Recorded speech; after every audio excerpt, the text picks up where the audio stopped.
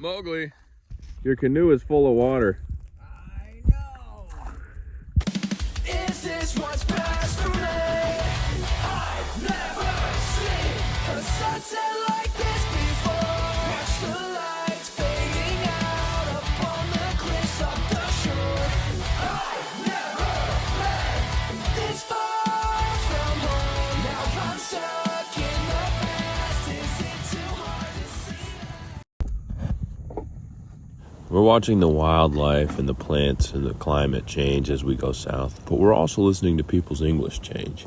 Up in Minnesota, it was a northern accent, and then we paddled through the Midwest.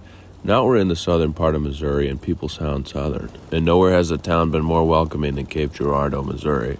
Right away, this man named Rooster picked me up and drove me to the store where I needed to get a few things.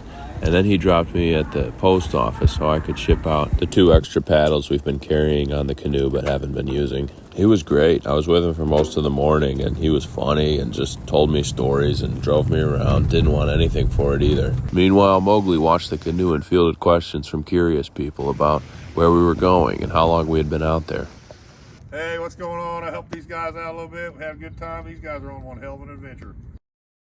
I really can't emphasize enough how hospitable everyone was. They were so kind and asked questions about things and were curious about what we were doing. They all wanted to offer something. Like this guy, he came across the street from the bar and brought us back to eat chicken wings. I had already ordered the groceries to be delivered to the riverfront because we didn't know how many nice people would stop and offer to help. So we waited down by the river until the delivery with 10 days worth of groceries and some medical supplies Mowgli got for his foot were delivered. It's healing up nicely. No stitches, no infection. He's doing all right. On the way out of town, he pointed to an island and said we had to stop for an urgent matter, and I'm glad we did, because as we paddled away from the island, we saw it was the home of all these great egrets.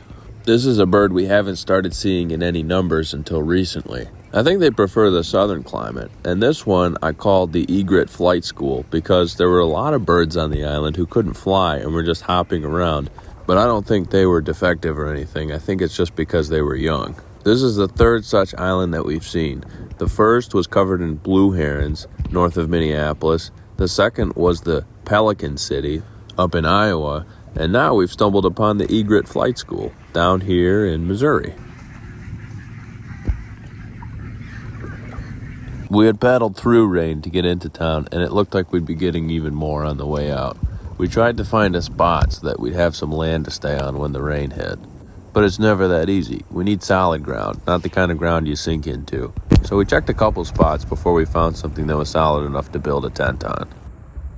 A lot of it is still saturated with water and mud and debris because of the recent flooding, so the land remains unusable to us.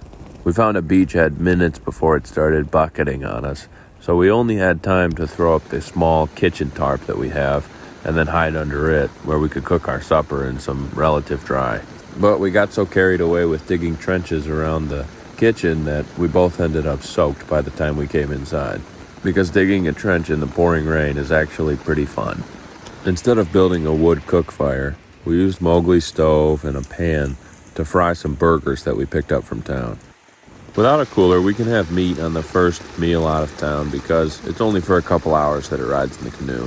Of course, we didn't make many miles. It was a town day. But it was a nice town with really nice people.